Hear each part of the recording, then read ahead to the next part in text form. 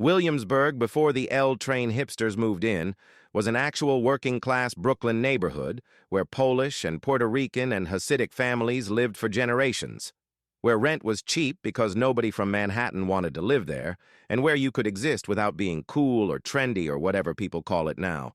And if you remember that version, you watched one of the fastest gentrifications in New York history destroy a neighborhood in less than 20 years.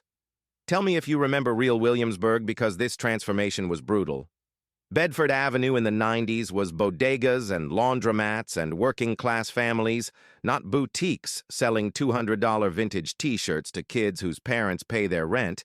And the L train was just how people got to work, not the pipeline that brought thousands of transplants to a neighborhood they'd never heard of until a magazine told them it was cool.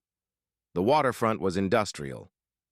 Warehouses and factories and actual working people, not luxury condos with rooftop pools and Whole Foods, and you could walk along the water without tripping over brunch spots charging $18 for avocado toast.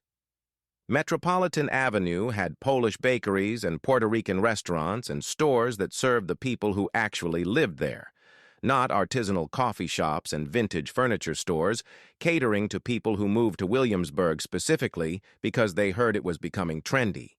The music venues and art spaces that made Williamsburg culturally important in the early 2000s were in cheap warehouses that artists could afford to rent, DIY shows and gallery openings, and a creative scene that happened because real estate was accessible.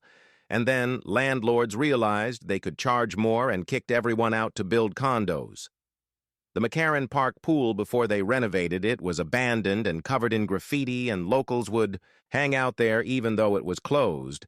And when they fixed it up and turned it into a concert venue, it stopped being for the neighborhood and started being for people who don't live there.